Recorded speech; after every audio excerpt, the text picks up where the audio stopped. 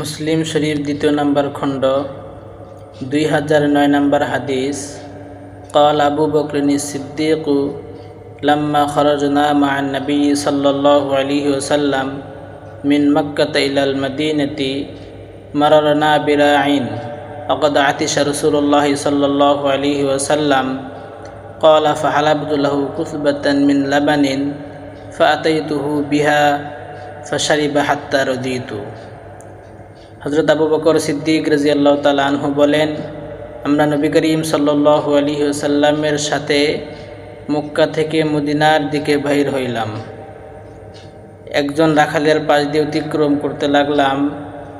তখন নবী করিম সাল্লাল্লাহু আলাইহি ওয়াসাল্লাম পিপাসিত ছিলেন। আমি নবী করিম সাল্লাল্লাহু আলাইহি ওয়াসাল্লামের জন্য কিছু দুধ দহন করলাম এবং তার নিকটে নিয়ে আসলাম। তিনি পান করলেন, এমনকি আমিও খুশি হয়ে গেলাম।